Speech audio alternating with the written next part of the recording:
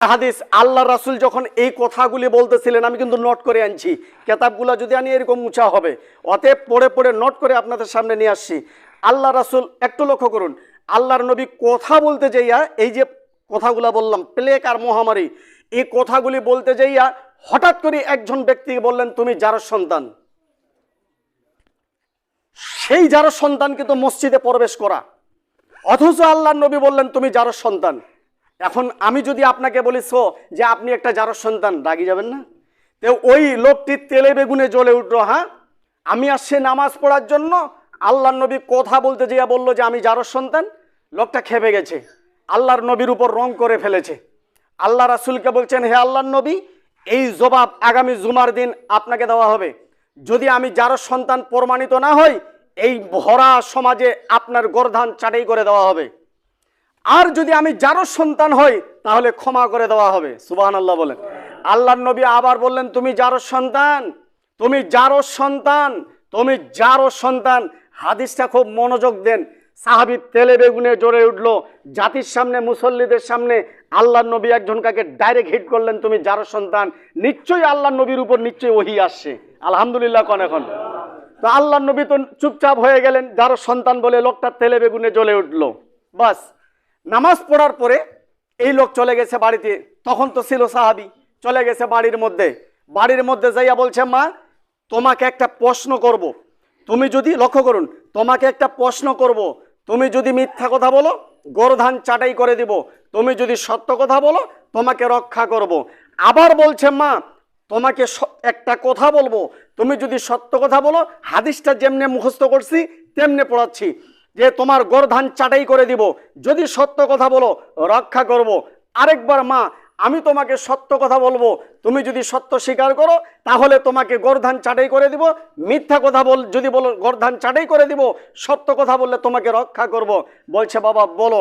যে আমি রাসূলের সামনে বসাছিলাম, আল্লাহর নবী, মাঝখানে অনেক ঘটনা, আমি রাসূলের সামনে বসাছিলাম, আল্লাহর নবী কথা বলতে যাইয়া হঠাৎ করে আমার উপর ছুটে গেলেন, আমি দাঁড়িয়ে গেলাম, আল্লাহর নবী বললেন তুমি যারও সন্তান, তুমি যারও সন্তান, তুমি যারও সন্তান। আমি তো খেপে গেলাম, মা সত্যি কি আমি যারও সন্তান? তার মার দু চোখ দিয়া কিন্তু পানি বের হচ্ছে। এবার তার সন্তান বলছে মা সত্যি করে বলো, আল্লাহর নবী বলেছেন যারও সন্তান, আমি কি যারও সন্তান? এবার তার মা বলছে হে বাবা, তোমার বাবা বিদেশে সফর থাকতো, ইনকাম করার জন্য গেছিল, আমার পাওয়ার উঠছিল, বাকি অংশ বুঝে নেন, তখন আমি এক রাখালের সঙ্গে জেনা করছিলাম, তখন তুমি গর্ভবতী আসছো, অতএব রাসূল ঠিকই বলেছে তুমি যার সন্তান। রাস্তা ক্লিয়ার বাবা? পরের দিন জুমার দিন এসে বলছেন আল্লাহর নবী আমার মা বলেছে আমি যার সন্তান, সত্যি আমি যার সন্তান, এখন আমার উপায় কি? আল্লাহর নবী বললেন তোমার মাকে তওবা ইস্তিগফার করতে হবে, আর তোমাকে তওবা ইস্তিগফার করতে হবে, আল্লাহ হতেও পারে তোমাকে মাফ করে দিতে পারেন। তো এখন এই হাদিস থেকে প্রতীয়মান হয়, আজকে মিশনে যত বাচ্চা আপনার আমার মুসলমানদের জন্মগ্রহণ করছে, একটা বাচ্চার কানে আজান দেয় না, একটা বাচ্চার কানে আজান দেয় না। এখন বাচ্চাগুলা কোন সাবজেক্টে যাবে আমি বললে হবে না, কারণ যেহেতু ফতুয়া বোর্ড আছে, আমি আপনাদেরকে বোঝাচ্ছি। আল্লাহর নবী বললেন তুমি যার সন্তান। আজ মিশনে যত বাচ্চা প্রসব হচ্ছে, এই বাচ্চাগুলা 99% পিতামাতার অবাধ্য সন্তান। 99% পিতামাতার অবাধ্য সন্তান। আগেরা শিওপুর বাজারে বসে আছি, একটা ডাক্তারের দোকানে কয়েকদিন আগে, তো এই ডাক্তার একজনকে ডাকতেছে, এই বাবা শুনো তো, চা আনার জন্য আমি গেছি। বাচ্চাটা শুনলো না, তো ডাক্তারের সামনে একজন বসা ছিল, ওই ব্যক্তি বলল যে এই ছেলেটা সিজার করা, এই জন্য মুরব্বীদের কথা শুনে না। পাশেই একটা ভ্যানালা ইউসুফ নাম লোক চলে আসলো আমার বিষ নিয়া, সেই ব্যক্তি আসলো, ওই গ্রামে ওর বাড়ি। তখন ডাক্তার ওকে প্রশ্ন করলো, ইউসুফ অমুকের ছেলেটা অমুকের হোটেলে থাকে, আমি ওকে লাল চা আনার জন্য ডাকলাম, শুনলো না, 2-3 বার আপ্যায়ন করলাম, শুনলো না।